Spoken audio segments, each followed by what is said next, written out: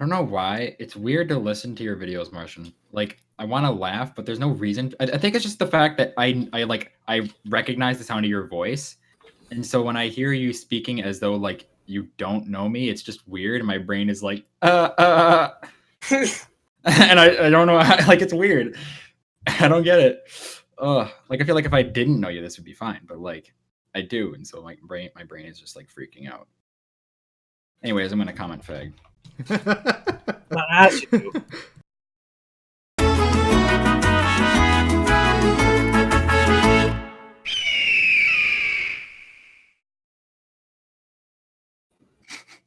As you do.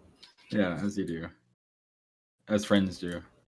Yes, as real friends do. I just popped my elbow. You have those? Yes, I popped my weenus. I twisted my ankle at a really bad angle in the gym like a day ago. I'm sorry, did anyone ask you? Did anyone ask you about your stupid elbow? No! That's right! Get triggered. Alright. Can you guys both shut up already? Just fucking make out. Just send me fucking pictures, you fucking gay homos. Jesus Christ. I want to go away. Brad, I will give you all the money in my account for you to never make that sound again. Okay. Okay. Wait, do you have $0? I have $1 actually. Oh, okay. Does that count? It's still better than nothing. That is Yeah, true. fair enough. Alright, I'm gonna start the podcast. All right. Yeah, ready, fellers? No. Yep, I got my arguments. Okay, so I'm gonna introduce Martian, then Brad, and then Menace. All right. Alright. Alright. Hello and welcome to the Weekly Blitz number 5. I am your host, FullBloodedMex, and today with me I have the Red Martian. Hello. Average Brett. Yeah! And the Red Menace. Yo, what's up, my homies? What I are won't you? ever do that again. Why can't y'all just be normal? Because weird to be normal. we play Warthunder, that's why. We can't. Oh. So wait, I'm the only normie Warthunder player? Yeah, get out Yes, of here. congratulations. Yeah, get out of here, Normie. Yeah. Just leaves. Never comes back. There you go. Alright, what are we talking about? So we're going to talk about the newest patch, 1.93, and how it's a complete clusterfuck. And So I've test driven the KA50 obviously because it's a premium. What's interesting is, don't ask me how I did this. I somehow broke the tail off, but because it has the 2 rotating blades, it doesn't need the tail rotor, so it was still able to fly. I could completely fly it. Yeah. Everyone's having that same thing. Like, you're not the first one. Like, I've been doing it a lot. I don't know. I just haven't heard of that. I was like, and when I found it out, I was like, yeah, it's so like even I think you shouldn't jay out when your tail's off for that helicopter, to be honest, because it can still fully work. It actually makes it lighter. It's kind of weird though, because I feel like in real life that would kind of throw it off balance a bit. It would probably pitch up a bit because now the mass is shifted a bit more towards the front. But actually, I think it's still fly it though. It would pitch forward. But yeah, I mean, you could probably still fly it, but like, I just feel like it should be like a zombie model, kind of like with the sabers, where it continues to fly even though it's clearly like dead, I guess you should say, like with its wing cut off. Yeah, where the game counts it as dead. Yeah, but I feel like this should be implemented into the KA50. Yeah, because it makes sense for it. Right. I'm gonna call it the coffee. The coffee? That's pretty good. The coffee. That's pretty good. Yeah. And Sweden is now in the game. With only 3 vehicles, and one of them is free, boys. Hey. Yeah. I mean, it's better than nothing, I guess. I mean, I have a question. So, did you buy any of the premiums, Menace? I pre-ordered the KA50 with you boys. I meant for Sweden. Oh no, not at all. Okay, so are you able to play the reserve vehicle for Sweden? Yes. Oh, you are? Okay. Because I bought the jet and it's all right. I can't really aim the guns well because I'm not used to them. I hear they're overpowered at the moment, but I can't make the thing work. Because they have more burst mass than the Hunter. Yeah, and I can't get it to work. That's fair. And what else? Britain finally got their supersonic, which is just a Phantom. Which was a big surprise. Just like people, like I remember all these other guys were posting like, "Hey, Britain's gonna get a Saber," but like they never released a dev server for it or anything like that. So it's like, oh, sorry, not a Saber. What am I smoking? A Phantom. And it was like so weird. It's like, what the hell? It's like, where's the lightning? What is it? The lightning or something like that? Yeah, the electric lightning. What the fuck is that? Yeah, I would have preferred the lightning. Yeah, me too. Everyone would have preferred the BAC lightning. I think is what it's called. But according to Gaijin, it performs too well and would outperform the MiG-21 and the Phantom. Bullshit. Everybody said that. Yeah. I don't know anything about the aircraft, so I have no say in this. Well, imagine if sex was in the form of a plane, okay? Just imagine it for a second. Okay. Now if he's a virgin. Yeah, and now imagine the complete opposite of that, and that's the English Electric. Oh my. Yeah. Actually, I would compare the English Electric. Okay, so say it's like the Phantom is sex, right? I would say the English Electric is porn. Okay. Yeah, I'm gonna look at it. Oh, okay. Look. Yeah, I could tell why. Like it wants to be a delta-8, but it said nah, and it just stopped. I like it, to be honest. I kind of like that 2 engines on top of each other look. It looks cool. I just the wings throw me off. It's just like, oh. Yeah. I know. It's kind of like it's missing something. It's very barrel-y looking. It's less barrel looking than the one that they included into the Sweden tree, the J29, the chunk boy. But it's still pretty barrel. Yeah, true. What else got added? I think. How about the first Finnish airplane? The what? Oh, the 100D. Yeah. Yeah. Well, everyone already knows about the 100D though. Does that mean Finland is being added to the game? I think it should be added in with the Swedish tech tree just to fill it up a little bit more. But at the same time, I also think that Gaijin should make a miscellaneous tech tree and just have like nations that do not have enough to be put into a tree, just be put into like the miscellaneous, like Israel or Korea or Poland, Ukraine. Yeah, that's fair. That's honestly fair. Yeah, but they're not going to do that. No. Stop talking. You're making sense. I know. I'm sorry. Yeah. Oh no, we're not allowed to make sense. Please don't hurt me, Daddy. Not the lawsuit costume. But what else? M1A2 was added. And no other MBT to fight it. No other MBT to fight. I was really expecting the T90. I'm really annoyed that the T90 was not added into the game. It broke my heart. It's like that could have balanced it because I played it. I played top tier this morning, and it is a mess at the moment. Yeah, I played it as well, and it was it's just hot garbage. Because like it's not the tank itself, okay? It's not the M1A2. Like it's not that. It's the people who love it's the American crowd that loves the modern tanks that are playing that tank a lot or those tanks a lot. So it's gonna have a high spike in victory rate.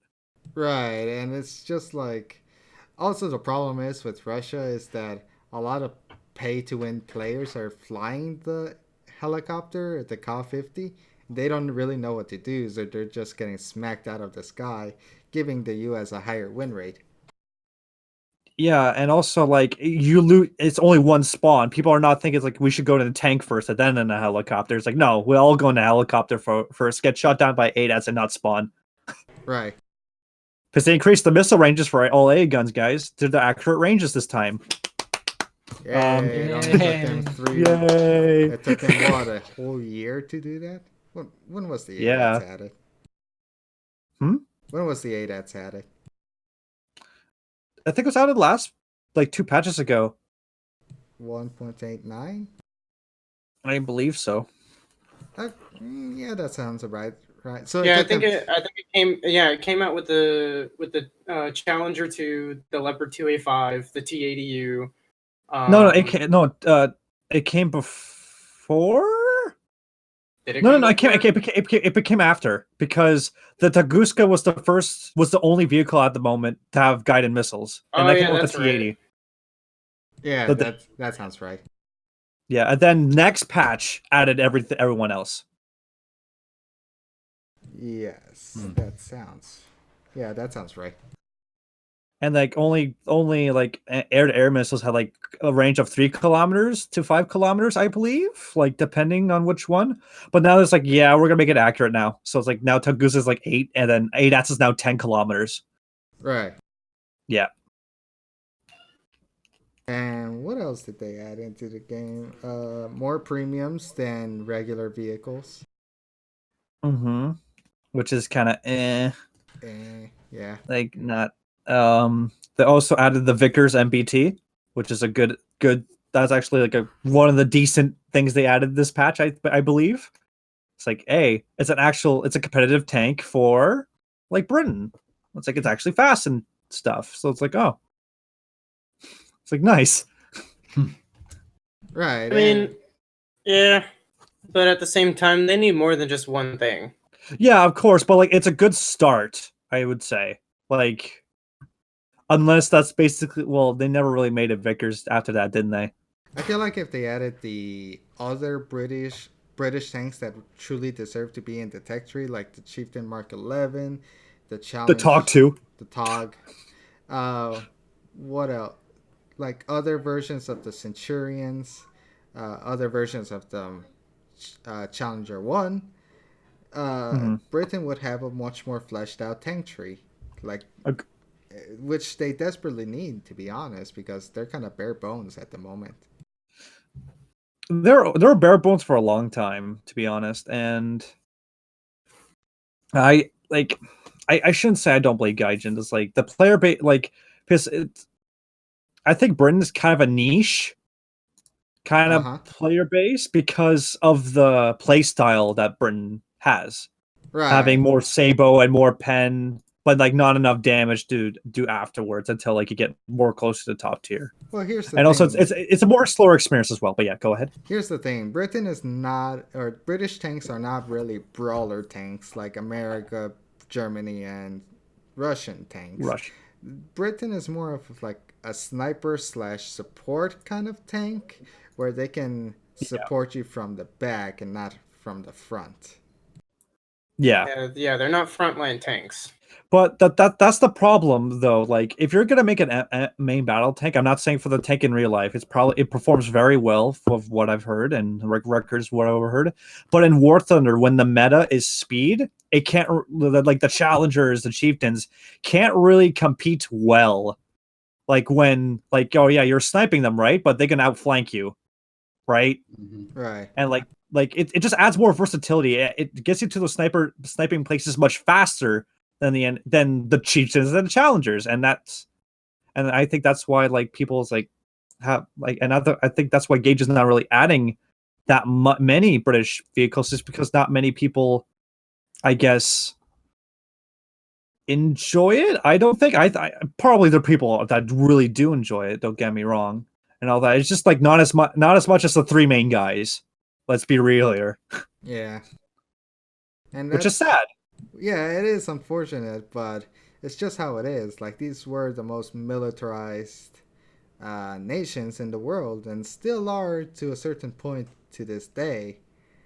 But yeah, the problem I have with these modern vehicles is that we're reaching a point where you just simply cannot add anymore. Like, are they gonna add the SEP V3C or something like that? Or the Armada for Russia, like, you know, like go insane with that shit. Right. Like, and how far are they gonna go till they stop and look at the game and say, oh, maybe we should just go back and fix it because we're now limited on what we can do and what we can add into this game. Yeah. Also, I did see some dude on Reddit. He said that the M1 Abrams should be down tier to 9.7. Like the And first one, or the IP as well. No, just the first one, which I disagree with, because I think that the M1 Abrams is still a pretty good tank at 10.0, and the way I think the American tree should go should be like M1 Abrams is 10.0, M1 IP is 10.3, M1A1 10.7, and then M1A2 11.0. If they add it, that's the problem. Right. If they add it. But what was that, Brett? So yeah, no, they're very stubborn on expanding or decompressing BRs. I mean, dude, I still it just rings in my head that what we read it out on one of the podcasts where they said that they think that they don't believe that decompression is something that they want to do or helps the game. It was like I forget the exact wording because it was just so retarded. It was so stupid. It was just that it would be they feel like the BR systems are at a good place and they don't really need to decompress. Like decompression is not in their mindset. It's something. No. They didn't even say that they didn't feel like they needed to. They said that they thought it would be detrimental. Right. Like it'll affect negatively on the game. Yeah, it would be a negative effect. Well, because it might increase queue times. That's all that they really care about is queue times. Okay. But I can wait. Okay, there's an amazing fix that I've been trying to brew in my head here for the past few days, and that's like dynamic game mode. So instead of throwing, say, like 12v12, you would have like say max 6v6 or something like that. But it would I don't know. You would have more specific missions instead of just capping some point. You would have, say, protect this convoy or something, or support these troops as they advance. And you'd usually have one attacking side and one defending side. And this could go for both ground or air. But I mostly see this as being a thing with air, because air realistic, at least in my opinion, is worse than tank realistic. In terms I agree. I totally agree with that statement. I totally agree. Yeah, because in real life, it did not happen so much that two sides just simultaneously launched all their fighters from the airfield and just like fanned out and then killed each other. Usually it was some sort of bombing mission or some sort of recon mission or supporting like or interception. Yeah, and that doesn't require a 12v12. That can easily be a 6v6 or something like that. Like, and hell, if it's like protecting bombers, you can just have bomber AI. If there's not, of course, enough bomber players. Like that's completely fine, because bombers fly in a straight line anyways. It's not going to make a huge difference. Yeah. But that'd be awesome, and it would decrease queue times because you wouldn't need as many players to queue up for that match. The matchmaker could be like, oh hey, there's a bunch of like bomber players and fire players. Let's just put them in a attack defense sort of situation here. Of course, there would still need to be kinks worked out with that. Say the attackers might not really have an airfield that's close to them or something like that, or like the defenders usually have a bit more advantage in that they have an airfield that's close to them. But there's a lot you can do with this though. Add floating airfields. Yeah, dude. That's the next step. Bro, add a helicarrier. A way to put airfields on land. We found a way to put them on the sea. Let's find a way to put them in the fucking air, boys. Come on. come on. Next stage, guys. Come on. I like your. Y'all aren't thinking next level here. Y'all are just thinking of what works for us now, but you gotta think about the future. Yeah, but seriously, like that whole game mode thing would be way better than what we currently have. Like, I'd play the shit out of that, because like right now, I love trying to be a team player in games. It's really fun to me, but I can't feel like a team player if I don't feel like I matter. In tank RB, I'm not it more there kind of, but it's also respawns, and so it kind of bogs down a bit. It kind of makes sense though, like because it's more of a prolonged battle than just yeah. You know what I think would be interesting for them to add into the beginning of the game? What would that be? So do like a thing where like how people don't wait on capture points. at the very start of the match, when no one has any capture points, what I think that they should do is they should reduce the amount of respawn points you get on the very first cap, unless everyone is in it or a good amount of people are in it. Like if there's less than 5 people, you should only get half of the respawn points that you normally do. Or because one of the last games that I played, one of the guys didn't wait on the capture point. It was on our DINs. He just capped A, and literally none of our team was anywhere close. And I was like, "Thanks for waiting on A." He said, "Yeah, no problem. Teamwork is like, like people don't care about teamwork. That's how you win games. Is you work as a team. You don't work as one. Like there is no individual. And there's high reward in that too. You need to play as a team because if you want to win games, you got to play as a team. But the problem with this is that I see is not so much the player as it is the fact that it's the cap point. It's such not only an easy target for them, but if you're in a fast tank, it becomes easier. There's not really an incentive for them to wait. In fact, there's actually an incentive for them to cap it first, because then the opposite team's tickets will start bleeding first. So in a sense, it's actually still for the team if you do that. Of course, it comes down to 100 tickets very, very seldom, but it has happened before. But again, I want to emphasize that I don't like capture points. It just, the whole concept of that is just kind of weird to me. It doesn't... I mean, I think I do agree that more game modes could be added, such as like team deathmatch or free for all or something other than just capture the point. That's it. Why not have enduring confrontation as a normal battle instead of like an event? Why not do something like that? That'd be cool. It would be cool, like defend the convoy or something like that. Like a gain ground sort of thing. I like the idea of like almost how do I put this? It's like almost like a turf wars, if you will. Just sort of like both sides are trying to advance as far as they can, or something like that. Or maybe just one side is defending and one side is attacking, and the defending side has to stop the attackers. And debating whether or not there would be a time limit on this, it would matter. Because if there wasn't a time limit, then you would have to give the defenders an advantage here. But because then they would require them to kill all of the respawns as well of the enemy team. Right. But I would love that. Just sitting there and waiting for the enemy, and one side has to make a move. But they say have a bit more respawns or whatever. They're not punished as hard as dying. But if you're on the defending team, you're also closer to where you need to be. So, right. Speaking of which, did you guys see the glitch that's in helicopters enduring confrontation? No, I have not.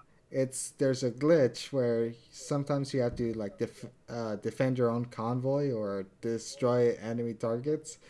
Well, apparently Gaijin is so bad that if you destroy the enemy's like convoy or the ground targets, you lose tickets. Nice. So that's beautiful. So if you destroy your own convoy and your own like stuff on the ground, the other team starts to lose tickets. Nice. How convenient. I know. So is it like, are people exploiting that and destroying their own units right off the start? Yes. And they're winning because of it. Nice meme. Nice. Has it been fixed yet? What an amazing game developer. Nope. It hasn't been fixed yet. Nice meme. Oh my gosh, I finally found ice. Okay. Sorry. That's nice. Yeah. Sorry. Continue.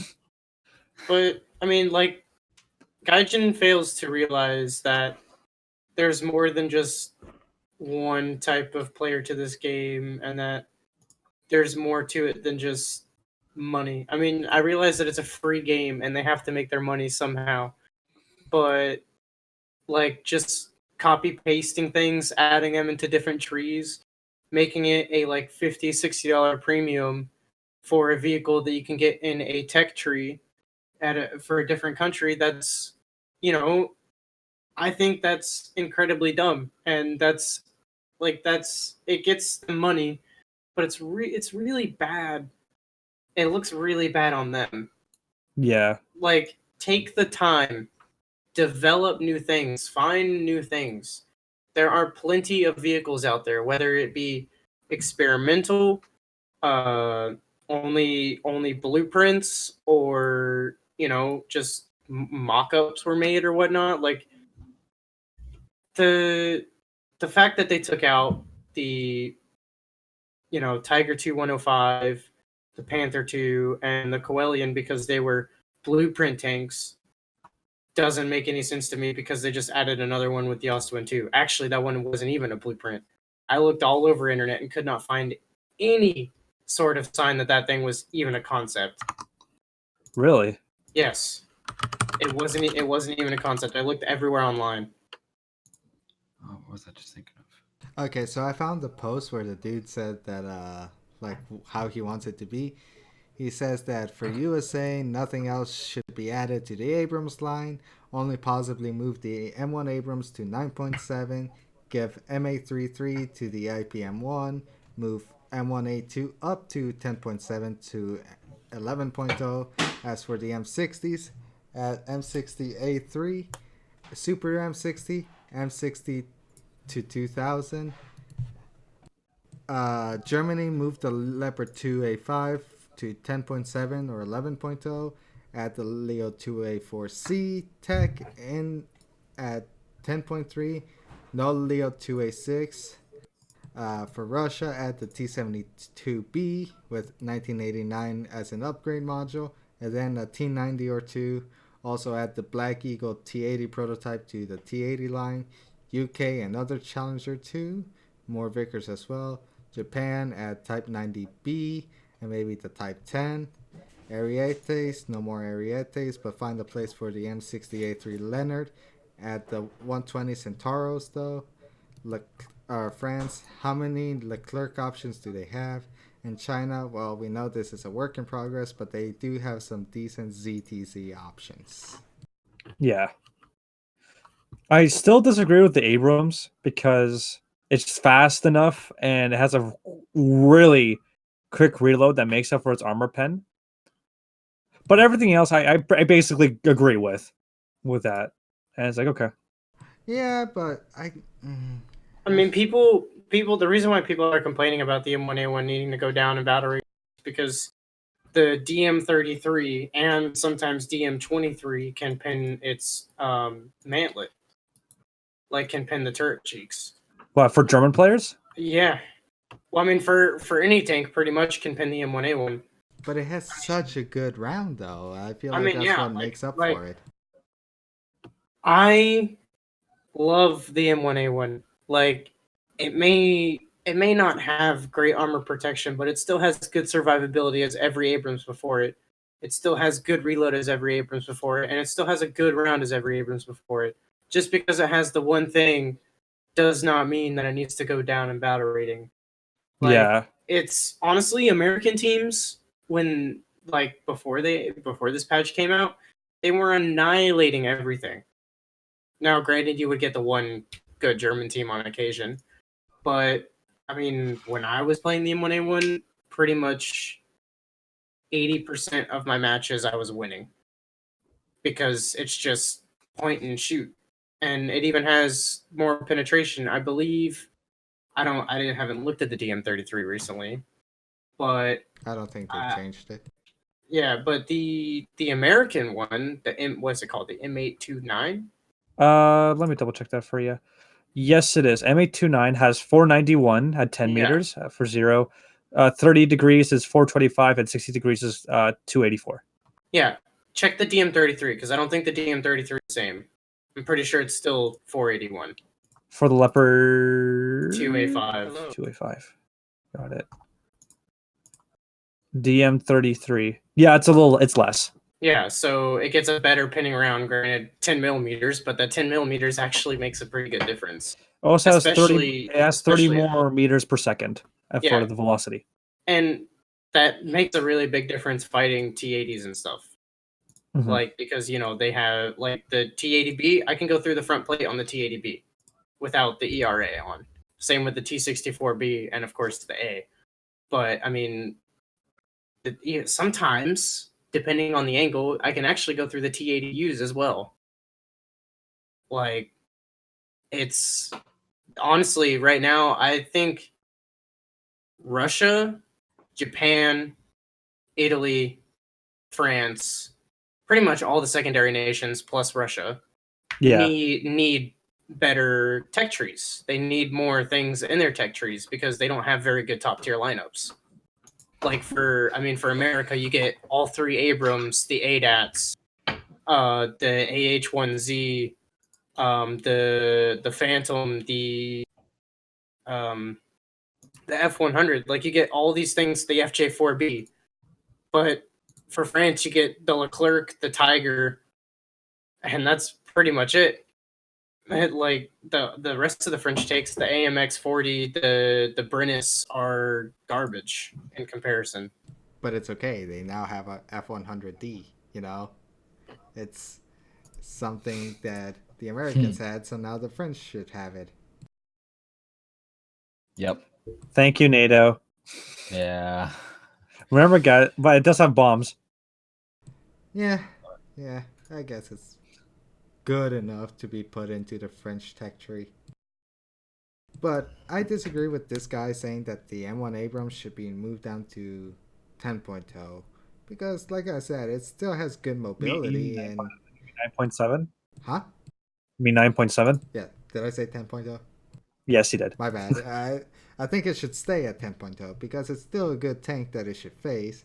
And something like the M60 Rise or the MBT 70 should not face the M1 Abrams. That's fair. That's honestly fair. So, I think if, as of right now, America, Germany, and Russia don't really need to be added. Well, Russia needs the T90. Definitely needs the T90. Yep. Because where I can see, technically, in quote unquote, okay, America has 5 Abrams, including the XM1. Like, that's like, because it's a prototype, right? Mm-hmm. So yeah, you have 5 main battle tanks that have similar characteristics. Well, one of them is not really that much similar, but the other 4 do. They have very similar characteristics. They have a very similar playstyle, and 2 of them have a faster reload than the other 2, but like has less pen and all that, which makes up for it. But like, it's like they have so many good tanks compared to Germany. Germany only has 3 for top tier. If you include the Leopard 2K. I mean, but honestly, the Leopard 2s are incredibly good. The Leopard A5, the Leopard A4, and the Leopard 2K. Honestly, sometimes the Leopard 2K is better than the A4 and the A5 combined because I've actually bounced quite a lot of shots because it's just so many sharp angles. But what I'm trying to get at is that they have more chances of getting in a good tank. Like, you can have a whole lineup filled with those tanks, and like in the I meant like in long-term games, like they could just keep spawning in a new Abrams and a new Abrams and a new Abrams. That's true. Yeah, I see that point that you're making. And for the Russians, they only have 2: the T80B and the T80U. You may say, how about the T64B and the T72A?